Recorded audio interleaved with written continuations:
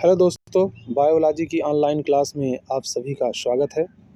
दोस्तों, आप पढ़ रहे हैं जीव विज्ञान एनसीईआरटी और इसके अंतर्गत हम अध्ययन कर रहे हैं मानव में जनन और स्वास्थ्य, जो बहुत ही महत्वपूर्ण ये पाठ है आपके जीवन से जुड़ा हुआ। ज़रूरी नहीं कि हर पाठ परीक्षा के लिए उपयोगी हो। परीक्षा तो एक इसका बहुत छोटा सा अंश है। जीवन में बहुत सारी ऐसी घटनाएं, बहुत सारी ऐसी बातें होती हैं जिनको भी समझना अति आवश्यक है। तो आज उसी दृष्टिकोण में, उसी तारतम्य में जो ये पाठ हम पढ़ रहे हैं, ये हमारे परीक्षा से कहीं अधिक महत्वपूर्ण हमारे जीवन के लिए है। इसलिए इसको इस निमित्त बिल्कुल ना समझें। पिछली वीडियो में भी हमने आग्रह किया था कि इस निमित्त बिल्कुल ना समझें कि हमको परीक्षा में केवल इसका उपयोग करना है और परीक्षा के बाद इसको भूल जाएं। इसलिए अपितु इसलिए समझें कि हमारे जीवन के लिए यह एक महत्वपूर्ण पहलू है, जिसको समझकर अपने जीवन में हम उतारेंगे, सावधानी बरतेंगे, जिससे इससे जुड़ी हुई किसी प्रकार की समस्या हमारे जीवन में ना आए। तो दोस्तों, आज इससे अंतर्गत हम 2 बिंदुओं का अध्ययन करेंगे और वो 2 बिंदु कौन-कौन से हैं। एक है सगर्भता का चिकित्सकीय समापन, ठीक है ना? सगर्भता का चिकित्सकीय समापन, ठीक। और दूसरा है यौन संक्रमण। ये दोनों बहुत महत्वपूर्ण है और ख़ास तौर पर जो युवक युवतियां हैं, जो अभी यौवनारंभ कर रहे हैं अथवा यौवन हो चुके हैं, उनके लिए तो बहुत ही महत्वपूर्ण है, क्योंकि बहुत सारी सावधानी बरतने की आवश्यकता हमारे जीवन में होती है। कब कौन सी घड़ी में कौन सी घटना का हम शिकार हो जाएं, ये कुछ कहा नहीं जा सकता है। इसलिए अपने तरफ से ये ध्यान देना चाहिए कि हमें क्या करना चाहिए और क्या नहीं करना चाहिए, इसकी जानकारी हमें अवश्य होनी चाहिए। चलिए आज इसी महत्वपूर्ण पहलू को लेकर के हम बात करेंगे। तो पहला तो ये है सगर्भता का चिकित्सकीय समापन। ये पहला बिंदु है जिसको हम ले रहे हैं। देखिए, इसका सीधा-सीधा मतलब क्या है, पहले आप ये समझ लीजिए। अब जैसे मान लीजिए आपके पड़ोस में कोई ऐसे वैवाहिक जोड़े हैं,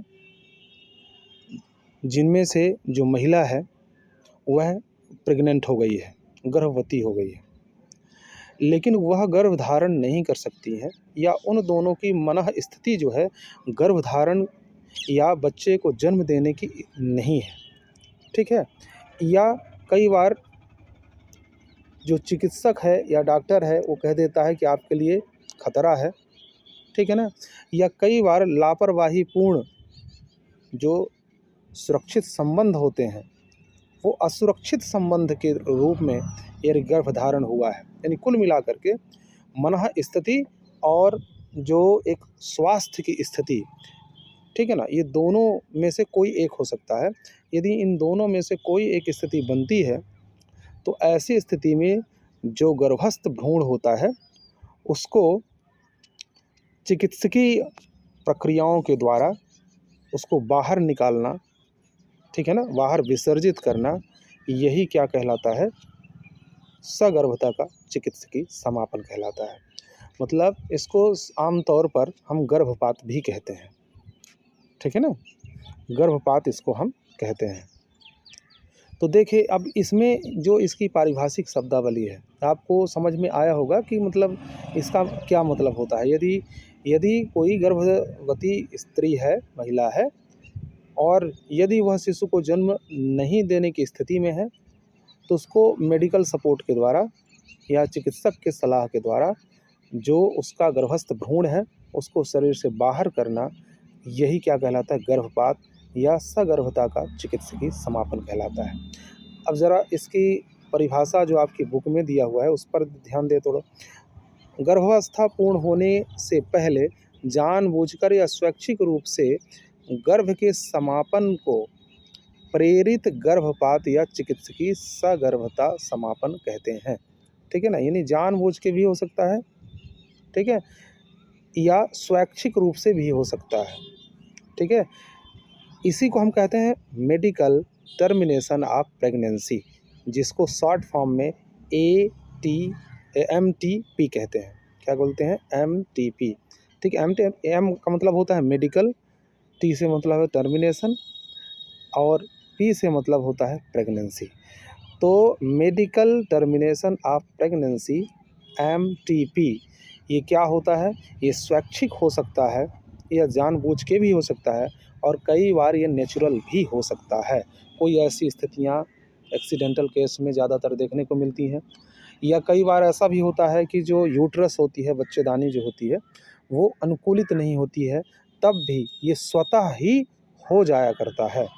तो इन तीनों स्थितियों में, चाहे वो स्वतः हो, चाहे हमारी इच्छा से हो या चाहे जानबूझ कर के हो, ये तीनों स्थितियों में जो स्थिति बनती है गर्भस्थ जो भ्रूण है उसको बाहर निकालने की, उसको हम क्या कहते हैं? गर्भपात या सगर्भता कहते हैं। अच्छा, इसमें एक शब्द आपने सुना होगा मिसकैरेज, ठीक है? तो मिसकैरेज का भी मतलब लगभग यही होता है, ठीक है ना? कि अपने से स्वतः जब गर्भपात हो जाए, कोई ऐसी समस्या जब शिशु को वो धारण ना कर सकता हो गर्भाशय, ठीक है? तो ये मिसकैरेज की स्थितियाँ बनती हैं, ठीक है? तो अब देखिए ये एक समस्या है और जो बहुत बड़े पैमाने में देखी जाती है।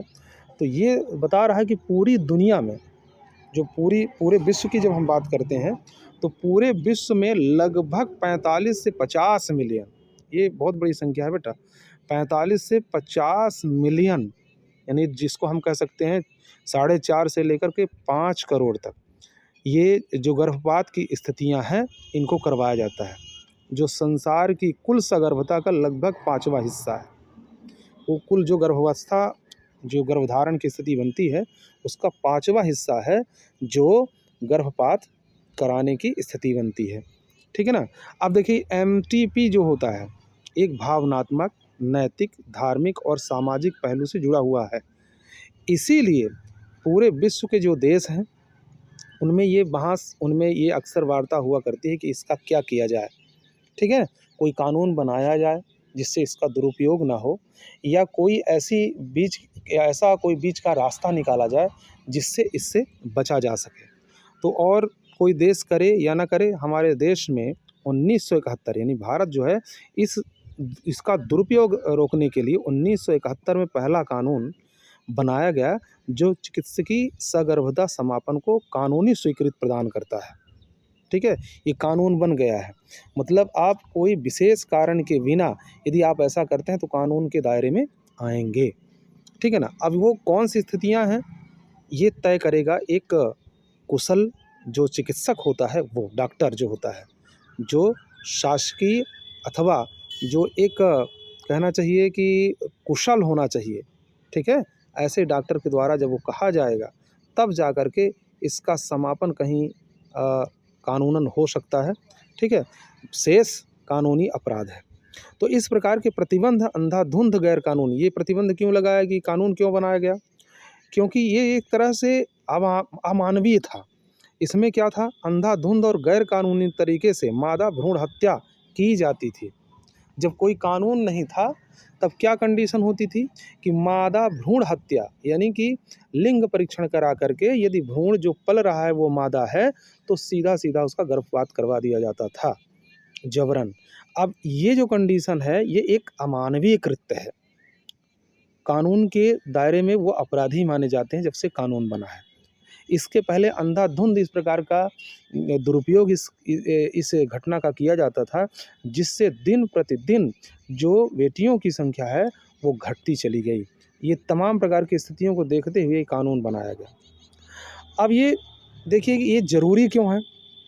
चलिए बात कर लेते हैं कि ये किन-किन स्थितियों में सगर्भता जो होता है उसका समापन करना चाहिए। तो एक तो ये है कि कह रहा है कि निश्चित तौर पर इसका उत्तर अनचाही सगर्भता से मुक्ति पाना है, ये तो ठीक ही है, लेकिन क्यों?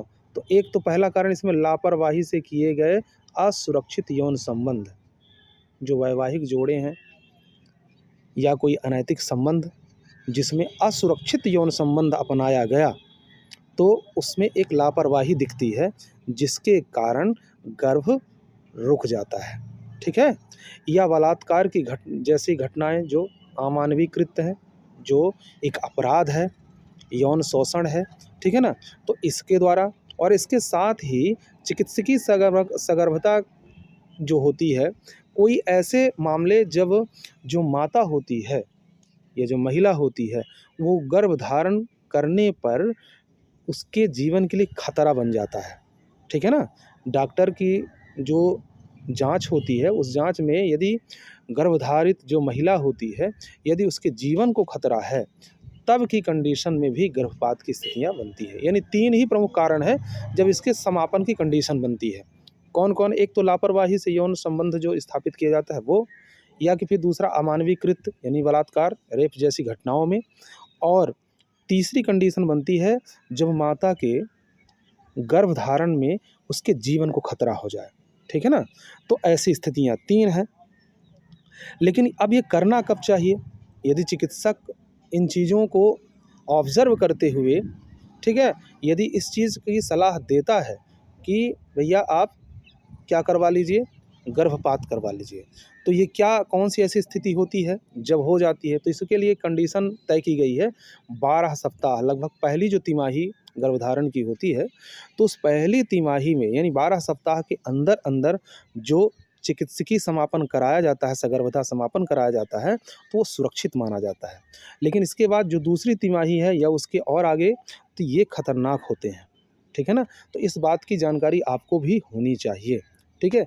कहीं जबरन ना करवाएँ, क्योंकि इससे क्या होता है कि जब इस तरह की कंडीशन है कि माता को गर्भधारण करने में असुविधा या उसके जीवन के लिए संकट बन रहा है, तो पहली तिमाही में ही किसी चिकित्सक की सहायता से जो इसका समापन किया जाता है, जो एक तरह से कानून के अंतर्गत आएगा, गैर कानूनी नहीं होगा। यदि अब इसके लिए कुछ और स्थितियाँ हैं कि इस बारे में सबसे अधिक परेशान करने वाली बात यह होती है कि अधिकतर ये एमटीपी गैर कानूनी रूप से अकुशल, अब ये देखिए क्या होता है, हम संकट में कब आते हैं, जब कोई ऐसा नीम हकीम झोला छाप या मान लीजिए अकुशल कोई ऐसा चिकित्सक है, यदि उससे हम करा लेते हैं तो ये समझ लीजिए कि बहुत ही खतरनाक हो सकता है। दूसरी बात, पहला ये तो दूसरी बात हो गई। पहली जो बात इसमें आई है कि यही है कि दूसरी तिमाही जो होती है, दूसरी तिमाही, उस दूसरी तिमाही में गर्भपात नहीं कराना चाहिए, क्योंकि वो संकट हो सकता है, ठीक है ना? तो ये तो कुछ इसमें विशेष बातें थी कि कब हमको करवाना चाहिए और किन-किन कंडीशन में नहीं कराना चाहिए, ठीक है ना? ये बातें आपको समझ में आ गई होंगी, ठीक है? थोड़ा और आगे चलें, तो अब यदि ऐसा हम करवाते हैं, इन 2 स्थितियों के अतिरिक्त हम जबरन करवाते हैं, तो निश्चित रूप से ये माता और शिशु दोनों के, शिशु तो ख़ैर ठीक है जावे करेगा, लेकिन माता के लिए यह एक प्रकार से घातक हो सकता है, ठीक है ना? तो ये ऐसी स्थितियाँ जो होती हैं, इन स्थितियों से निपटने के लिए या ऐसी स्थितियाँ ना आए, इसके लिए कुशल जो डॉक्टर है उसकी आवश्यकता होती है, और तिमाही जो होता है, पहला तिमाही, यही उपयुक्त माना जाता है, और वो भी कानून के दायरे में रह कर के। बहुधा ऐसा देखा जाता है कि भ्रूण मादा है, एमटीपी कराया जाता है। जब मादा की स्थिति देखी जाती है, यानी कि बच्ची को नहीं चाहते हैं, पहले तो ऐसा था, अब तो देखिए समय बहुत तेज़ी से बदल रहा है।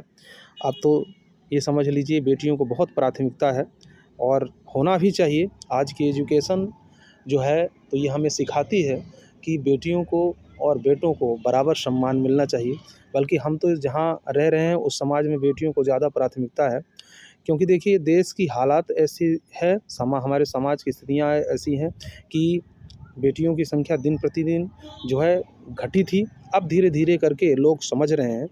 तो ये कंडीशन थी जिसकी वजह से ऐसा किया जाता था जो गैर कानूनी था। तो इस प्रकार के व्यवहार से बचना चाहिए, ठीक है? क्योंकि ये देखिए खतरनाक है हर प्रकार से।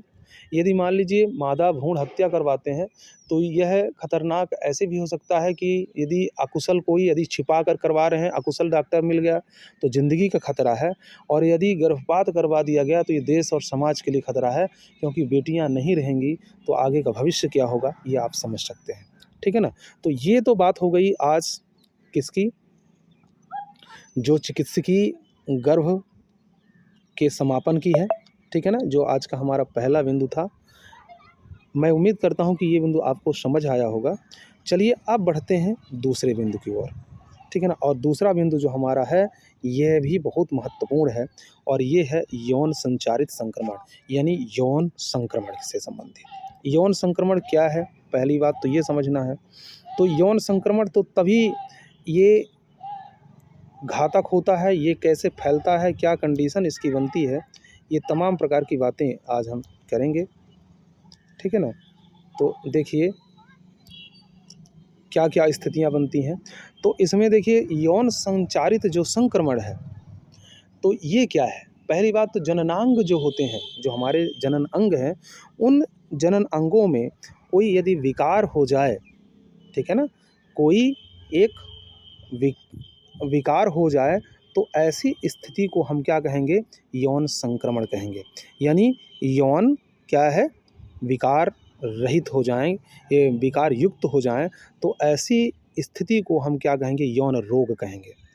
यानी कि कोई भी रोग या संक्रमण जो मैथुन के द्वारा संचरित हो। अब देखिए, अब ये तो बात हो गई कि रोग यानी क्या मतलब होता है, एक विकार, स्वास्थ्य में बाधक, ऐसी स्थिति यौन जननांगों में हो जाए, यानी जनन अंगों में हो जाए, तो उसको हम क्या कहेंगे, रोग कहेंगे या यौन रोग कहेंगे। लेकिन जब यौन रोग एक व्यक्ति से दूसरे व्यक्ति में संचरित हो जाए, यानी वो फैल जाए, तो इसको हम क्या कहेंगे, यौन संक्रमण कहेंगे या यौन संचारित संक्रमण कहेंगे, ठीक है ना। तो कोई भी रोग या संक्रमण जो मैथुन के द्वारा, संभोग क्रिया के द्वारा एक व्यक्ति से दूसरे व्यक्ति में फैलता है, तो उसको हम क्या कहेंगे, यौन संचारित संक्रमण कहेंगे। अब इसके बहुत सारे प्रकार हैं, कुछ मोस्ट यहाँ आपके बुक में दिया हुआ है। तो इसकी बात यदि हम करें तो सुजाक है इसमें, देखिए।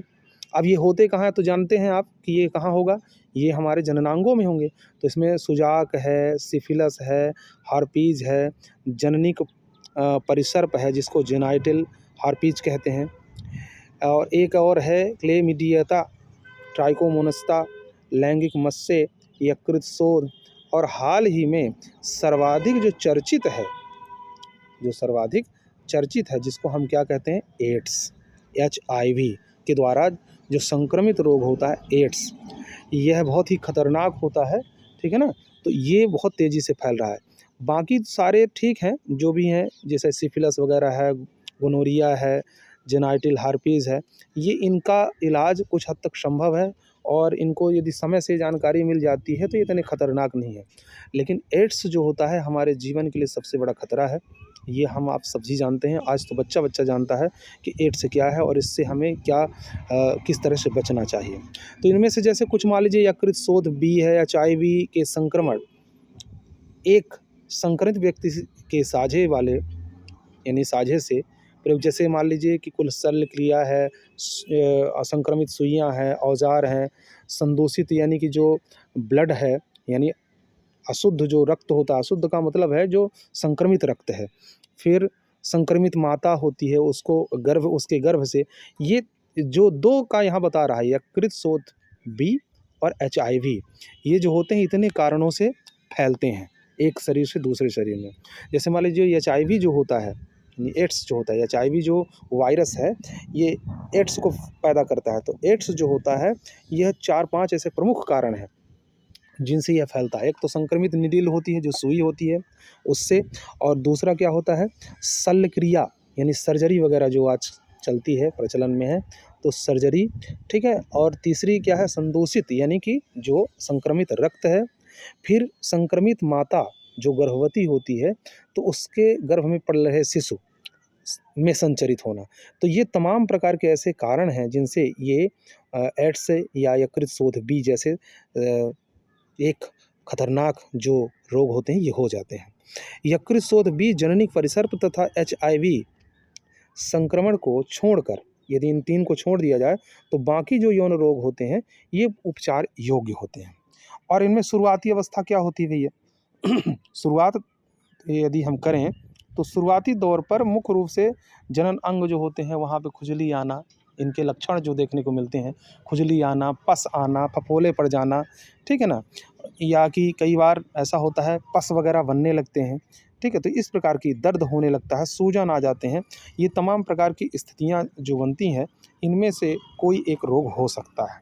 तो यदि ऐसा कुछ होता है तो चिकित्सक की सलाह लेनी चाहिए। कभी कभार ऐसा होता है कि कुछ लक्षण विशेष प्रकट नहीं होते, दिखाई नहीं देते हैं, ठीक है? और कई बार ऐसे लंबे समय तक वो आपके शरीर में बने रहेंगे लेकिन लक्षण प्रकट नहीं होंगे, वो खतरनाक होते हैं। जैसे एड्स शुरुआती दौर पर इसके कोई लक्षण प्रकट नहीं होते हैं और कोई इसका विशेष लक्षण होता भी नहीं है।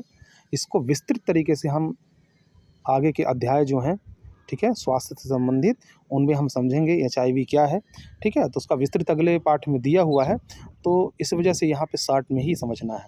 तो कुछ ऐसे संक्रामक रोग होते हैं जिनका प्रारंभिक स्थितियाँ जो होती हैं, उनके जो लक्षण हैं वो दिखाई नहीं देते, वो ज़्यादा खतरनाक होते हैं। इस बात को आपको ध्यान रखना है, ठीक है ना? तो इसलिए जिनकी जानकारी हमको हो जाती है तो उनके साथ हमको अनदेखी नहीं करनी चाहिए, ताकि हम समय से इनका उपचार करा करके और संक्रमण को रोक सकें। अब देखिए, ये जो रोग होते हैं इनकी एक अवस्था है। 15 साल से लेके और 24 साल, यानी कि 15 वर्ष से 24 वर्ष तक की आयु के जो युवक युवतियां हैं, इनमें ज़्यादातर ये संक्रमण देखने को मिलते हैं, ठीक है ना?